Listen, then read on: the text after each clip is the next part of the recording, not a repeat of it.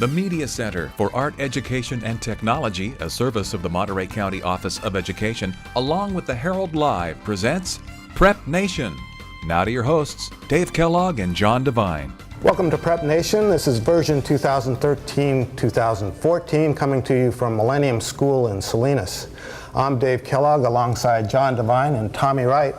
John and Tommy have just finished their prep high school football tour, where they visited every high school that plays football in Monterey County and talked with coaches and players, and we put up previews on the Monterey Herald of each team in our area, in our county. Guys, you've seen every team, you've talked to a lot of people, and John, you've been around a long time. What's the state of high school football right now in Monterey County? I think it's fine. I mean, I know we've heard discussions about concussions and the fact that mothers are a little leery about letting their kids play football, but I know the numbers that a lot of schools were up. Salinas High has 105 kids out for varsity football. Wow. Coach Goodbuddy actually had to send some of them down to the JVs as juniors because he still has 98 players on his roster. A lot of schools are carrying at least 50 players on their roster. So Tommy, this is your second year in Monterey County. You come to us from the north and from the Bay Area as well. What do you think the state of high school football is in Monterey County? I think it's in good shape. I kind of agree there with John. I think that people are being proactive with the concussion situation, with injuries in general. It seems like coaches aren't kind of brushing things off as much, sending guys right back out there. I think this is something that's being taken seriously, and I think the parents appreciate that. And I think that's part of why you're seeing kids to continue to come out there at those rates. And there have been classes now for coaches, athletes, and parents to go in and understand a little bit more about concussions and what the symptoms to look for. Okay. You guys have seen a lot of practices. You were at the Salinas Jamboree this past week. What team has surprised you so far? Are you talking about the Jamboree or just in general? In general. Well, for me, Salinas. I mean, again, not just because they have 98 players out there, but they have some talent. They have some size in the trenches. They're big. They don't have a lot of players that go both ways. They've got two very talented running backs in Elijah Kirkland and Jordan Torres. I mean, if they find a quarterback, and right now they've got two or three vying for that position, I mean, they could be lethal. Mm-hmm.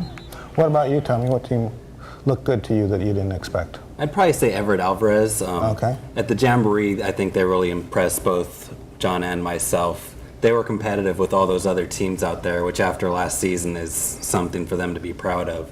When we're out at their practice, it did look like there was a little bit of work to be done, but I think that they have continued to progress and they appear to be in pretty good shape.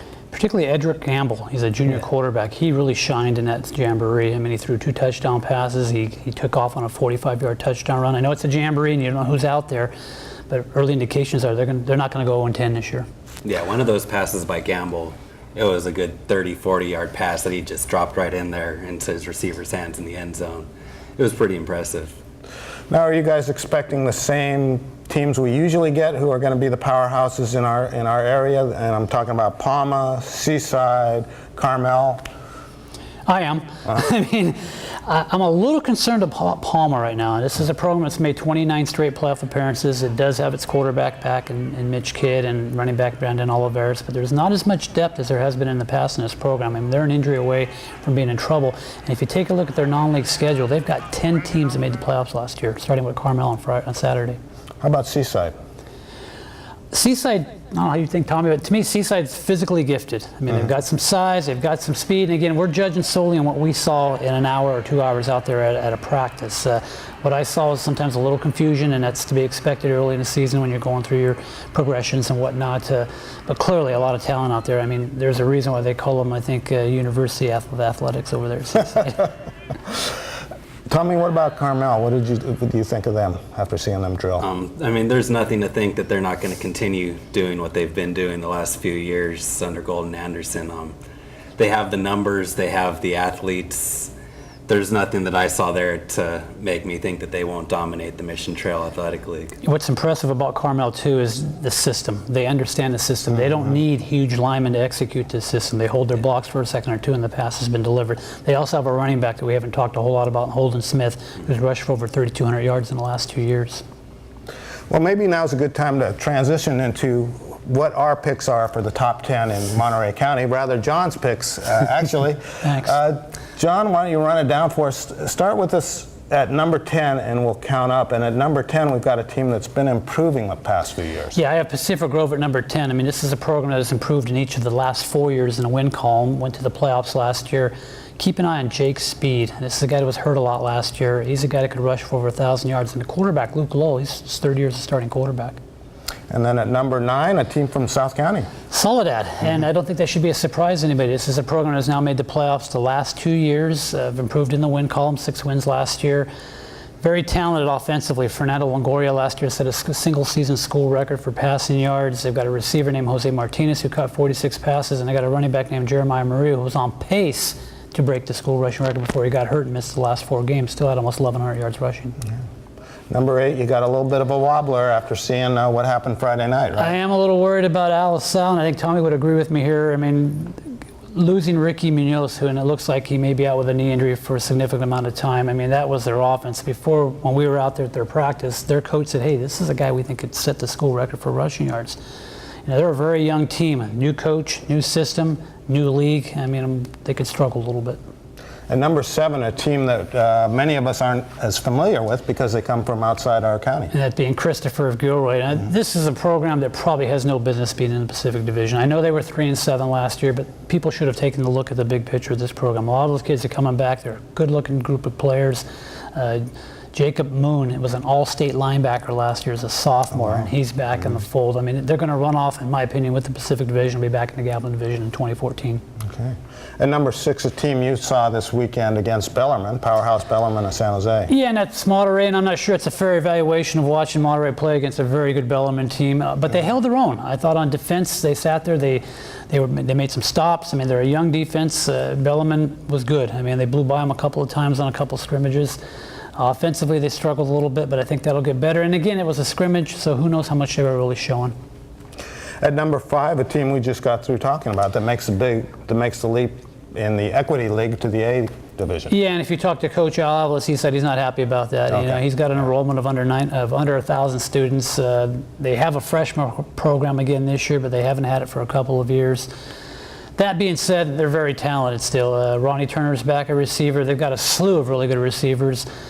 Quarterback looks like it's going to be Chris Evans. If he can just get some protection, roll out, and make some passes, it's going to be very good in the Gavilan Division. And at number 4, a team we'll see Saturday night? Yeah, and Carmel, it's funny because people say Carmel number 4. I've said for 3-4 years that this is a program for one game could play with anybody, and I still believe that. You can match them up with anybody and they could compete. That's what we'll see on Saturday when they play Palma. They're going to run off with the Mission Trail League again for the 5th straight year, which makes the argument that maybe the MTL should be a part of this Equity League thing. But they're just very talented, as Tommy mentioned earlier. I mean, Connor Martin, their quarterback, threw for 2,700 yards and 31 touchdown passes last year. He's back. You know, you got Holden Smith in the backfield. You got 3 or 4 receivers. They have a freshman, or he's a sophomore now, but he played last year as a freshman as a tight end. Very big, talented kid. Well, number 3 is a team with big numbers, like you just mentioned. We might have Salinas a little underestimated here. And again, as Tommy and I have both said, this was probably the most impressive team we saw when we were out on our tour. But they got to beat Palma first. That's how I look at it. This is a team that's lost to Palma 9 straight years. Struggled a little bit in some of the big games last year, fall into San Benito in the playoffs. A lot of talent here. They get off to a good start and they get it rolling. Watch out. And at number 2? Well, you just mentioned Palma, you know, until somebody knocks them off. I mean, I just see this team as A, there's tradition there, but B, it's history too, in terms of these kids understand, you know, what has gone on over the last 29, 30 years in that program. I think we'll see that on Saturday, and you know they've got a really tough non-league schedule. If they can, in my opinion, if they can split 2 and 2, they'll be fine in league. But we'll see. And at number 1, a traditional powerhouse. Yeah, I like San Benito a lot, and I'm not alone, I think, in this assessment. Again, this is a team we did not go out and see because they're not part of the county, but this is a team that got really hot in the playoffs. Ironically, losing to Palma in the final league game, and just took off in the postseason. Defensively, they were just outstanding, and their running back, Botello, will be back this year. The quarterback who came in, David Stanton, he's back. He had 8 touchdowns, either rushing or receiving, in the postseason last year en route to their CCS championship. So they're going to be tough. I think so. That leads us to high school football openers. Friday night we have opening night, but actually most of the buzz is around Salinas, where Rabobank Stadium will be opening on Saturday. We'll have first North Salinas against Salinas at 4:30, and then our marquee matchup, which is Palma against Carmel. Now, Palma played Carmel in the Division IV championship, what was that? 2 years ago, 2 years 2010. ago, okay. 2011.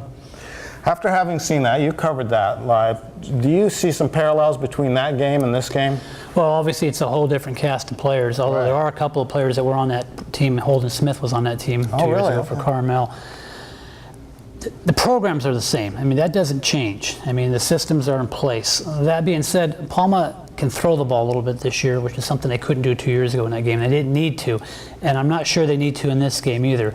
I mean, they've got a very talented running back, as we mentioned earlier, in Brandon Oliveris. They've got a good size offensive line. If it's me, I don't want Carmel's offense on the field, so I'd rather go on these methodical 7-8 minute drives, grind it down, wear Carmel down a little bit, and even if I only have 3 or 4 or 5 possessions, make them count. And I think if Palma gets into a shootout with Carmel, they could be in trouble.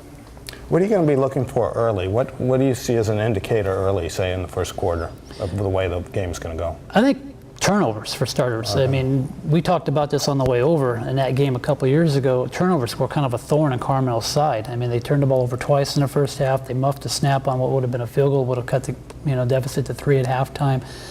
That to me is something they can't do. You cannot make mistakes against Palma. And then looking on the other side of it, I think if Palma tries to throw the ball a little too much, and if they happen to score quickly, then they're going to have to get back on defense, and it could be a shootout. And I don't think Palma wants a shootout. All right.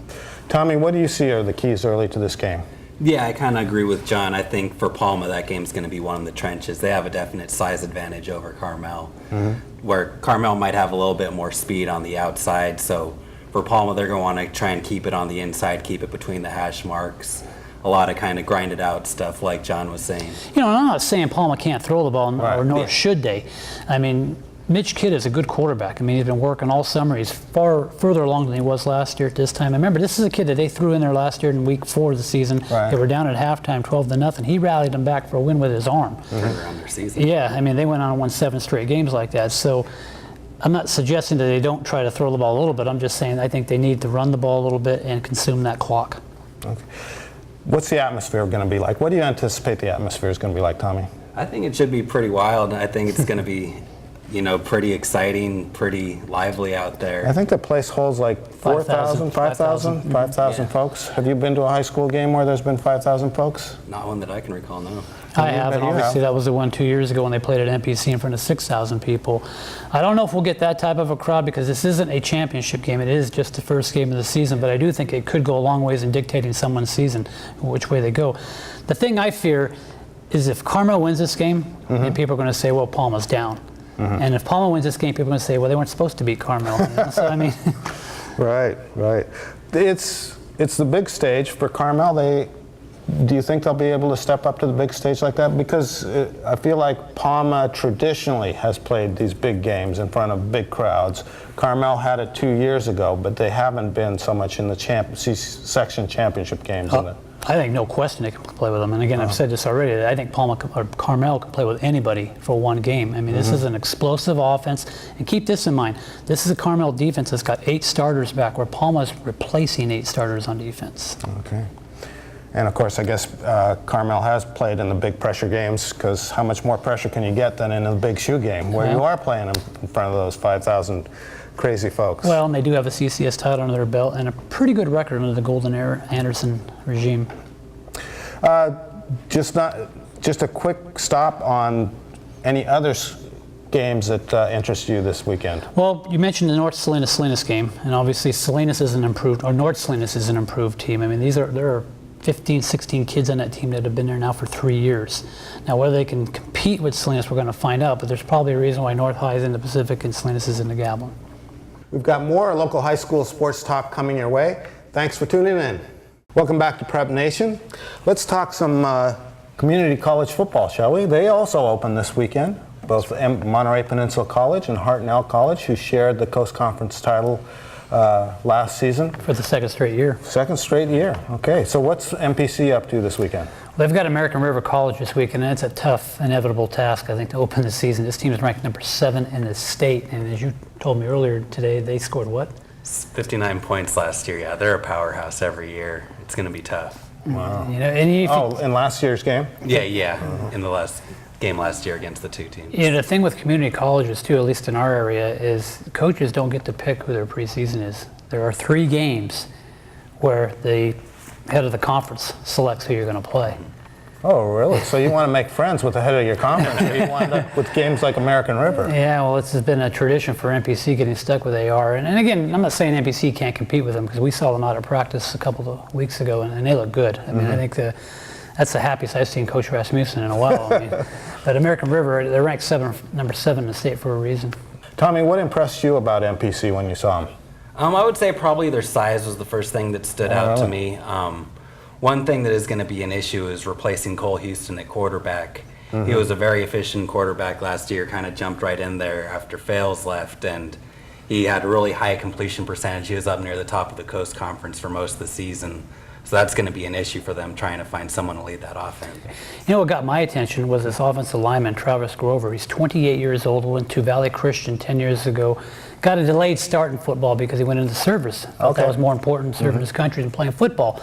That being said, this is a guy that was a 150-pound all-league safety at Valley Christian 10 years ago, and now a 270-pound all-conference offensive tackle. Wow, what a change. But that's community college football, right? I mean, you get some of these guys who've been out for a little bit. Well, and he did it over the course of 10 years in terms of gaining about 120 pounds, but he looked like a beast out there. And you know, one other guy to keep an eye on is Michael Lopez. I don't know if you remember that name. He was everything at North County. He was a quarterback, running back, defensive back. I mean, single-handedly helped beat Seaside 3 years ago.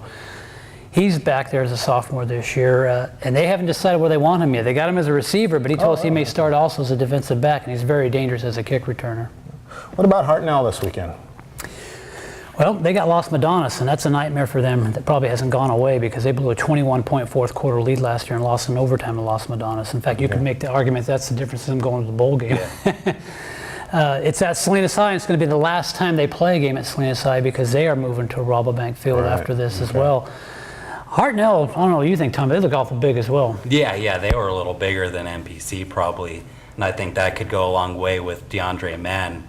If he can be healthy, he was by far the best player on the field when I watched Hartnell last year. He has so much speed, but he can cut as well, and he can break tackles. So if they have a big line there to block for him, I think they can really do a number on some other defense. This is a kid that was injured all last year with an ankle injury. I mean, he was in a boot toward the end of the season, but instead of practicing, like Tommy mentioned, still rushed for over 1,000 yards, led the conference with 17 touchdowns, and he's healthy. He looked good in practice. Yeah. The other thing that Hartnell has, they got 2 quarterbacks. They got a decision maker here. Kurt Seraldi is a returning quarterback from last year. We saw a little bit of time.